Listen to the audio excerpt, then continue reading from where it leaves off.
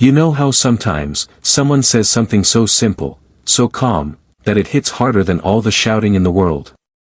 That's exactly what happened when Johnny Depp finally broke his silence and said something nobody expected. Just 4 words. I don't hate her. And if you followed anything about Johnny Depp and Amber Heard over the past few years, you know why that statement feels so powerful. After everything, and I mean everything, the lawsuits, the recordings, the leaked texts, the media frenzy, the public shaming, the jokes, the memes, the career hits, and the brutal testimonies from both sides, you'd think those 4 words would be impossible to say. And yet, he said them. Not with anger.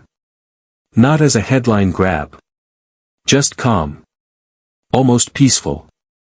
It wasn't a loud moment. It wasn't a fiery tweet or some PR spin. It was quiet.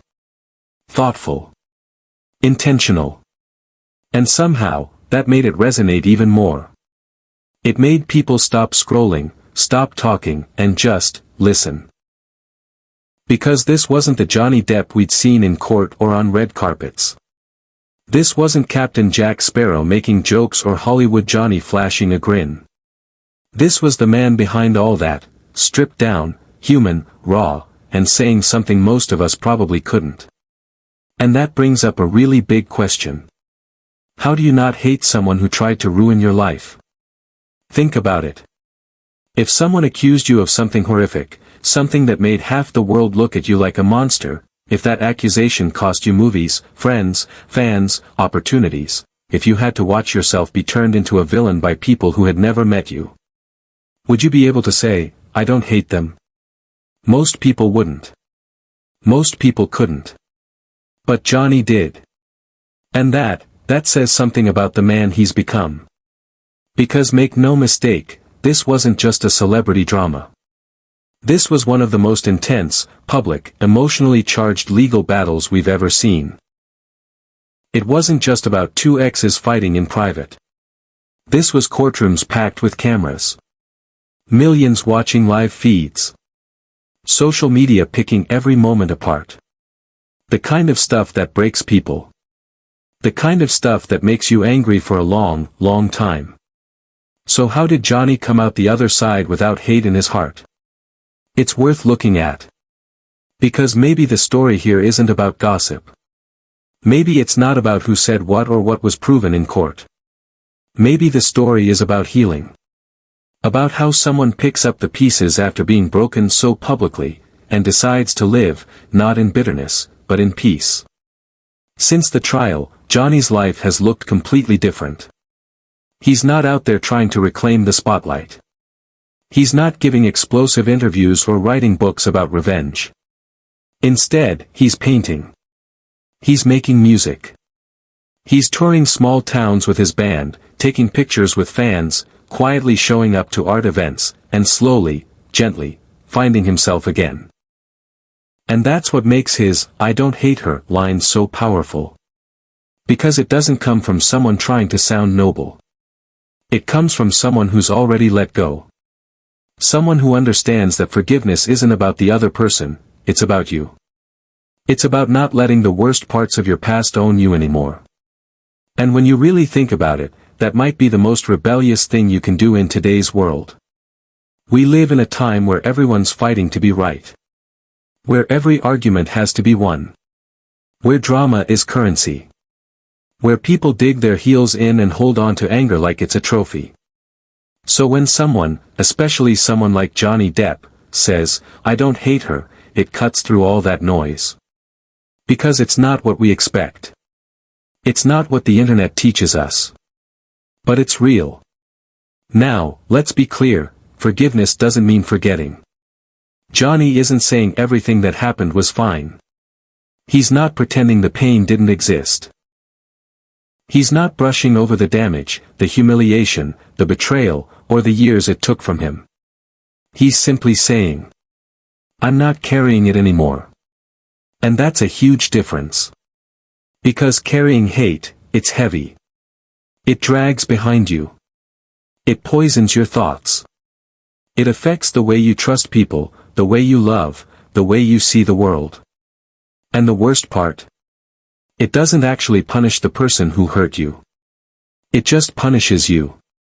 So when Johnny let that go, when he dropped that weight, he wasn't doing it for Amber. He was doing it for himself. And it shows. You can see it in the way he smiles now. In the way he speaks to fans. In the quiet way he moves through the world. He's not angry. He's not chasing anything. He's just living. And that's rare. Because most of us, when we're hurt, want revenge. We want the other person to suffer like we did. We want to feel like justice was served. And sometimes, that feeling never comes. So we hold on to the hate. Like it's all we have. But Johnny didn't. He chose to let go. Not in a dramatic, Hollywood kind of way. But in a quiet, human way. And maybe that's why it resonates so deeply. Because it reminds us that we can do that too. We all have someone we struggle to forgive.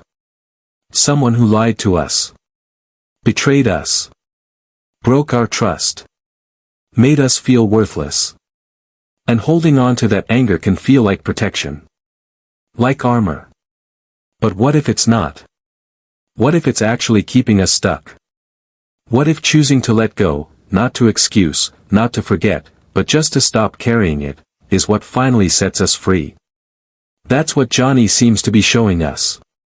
That's the lesson between the lines of, I don't hate her. Not that everything's okay. But that it doesn't have to own you anymore. And you know what? That takes more strength than anger ever will. Hate is easy. Hate comes fast. Forgiveness? That's the hard stuff. That's the kind of thing you have to work at, day after day, choice after choice. And when Johnny said those words, it felt like the end of a very long journey. Not a perfect journey. Not a clean one.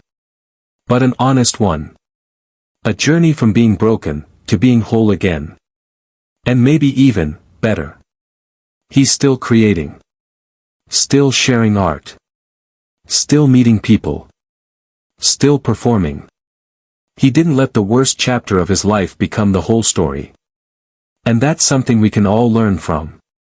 Because let's face it, even if you're not standing in front of a judge or being torn apart by the media, you've still lived through things that broke you. Maybe it was a breakup that blindsided you. Maybe someone you trusted walked away without a reason. Maybe you gave your all to someone who didn't appreciate it, and now you're left picking up the pieces alone. We've all been there in some form. Late at night, staring at the ceiling, wondering what went wrong. Replaying every word of a conversation, thinking, maybe if I'd said this differently, things would have changed. Or wishing for just one more chance to fix it, to go back and undo the damage. There's a unique kind of pain in emotional loss. It's invisible. No one sees it. You can't wrap it in a bandage or treat it with medicine. It just lingers in your chest, in your silence, in the way you flinch at familiar songs or suddenly feel hollow during a conversation. And in those moments, it's so easy to believe that the hurt will define you forever. That this breakup, this betrayal, this moment of heartbreak, is now who you are. It becomes tempting to wear it like a badge. To see the world through it. To expect disappointment, to pull away from anything that feels too good, to live guarded. Because when you've been shattered once, the idea of trusting again feels dangerous. Risky. Maybe even stupid. But here's the truth. That chapter. It's not the whole book. Yes, it happened. Yes, it hurt. Yes, it changed you. But it didn't end you. It didn't erase the parts of you that still love deeply, dream wildly, laugh freely. It didn't take away your kindness. It didn't steal your value. It just marked a page. A page you don't have to reread every night. Johnny Depp could have stayed in that pain. He could have made it his identity. The victim. The wronged man. The one who lost everything. But he didn't. He turned the page. And not with some dramatic announcement. Just quietly. Gently. Through music, through art, through choosing peace when revenge would have been so much easier. And that's what we can do too. We can decide that yes, this part of our story was painful, but it's not the final word. We can give ourselves permission to outgrow our pain. To heal at our own pace. To stop blaming ourselves for the choices we made when all we were trying to do was love and survive. So maybe you're sitting there thinking of someone who hurt you. Someone you gave your heart to. Someone who didn't see the value of what you offered. It's okay to grieve that. It's okay to feel it. But also remember, you're more than that hurt. You have so much story left to write. And this pain, it's just a chapter. Not the whole book. We all have. But you're still here. And you get to decide what kind of story you want to tell from this point on. You get to choose whether you carry that pain, or lay it down. You get to say, I don't hate them. Even if they never apologized. Even if they never changed. Even if they don't deserve your forgiveness. Because this isn't about them. It's about you. And your peace. That's what Johnny's moment was really about. It wasn't about Amber. It wasn't about the case. It wasn't about who won. It was about him choosing peace over pain. Choosing to live instead of fight. And that kind of strength. That's what healing looks like. Messy. Quiet. Powerful. So maybe today's the day you do that too. Maybe it's time to forgive. Not because they asked for it. But because you deserve to be free. Free to smile again. To dream again. To love without fear. And maybe, just maybe, to say those same 4 words. I don't hate them. Because peace is always an option. Even when it feels impossible. Thanks for listening. And if this meant something to you, if it made you feel seen or helped you breathe a little easier, I hope you'll share it. Not for views. Not for likes. But because someone out there is holding on to hate they don't need to carry anymore. And your share might be the thing that helps them let it go. So take care of yourself. Be gentle with your heart.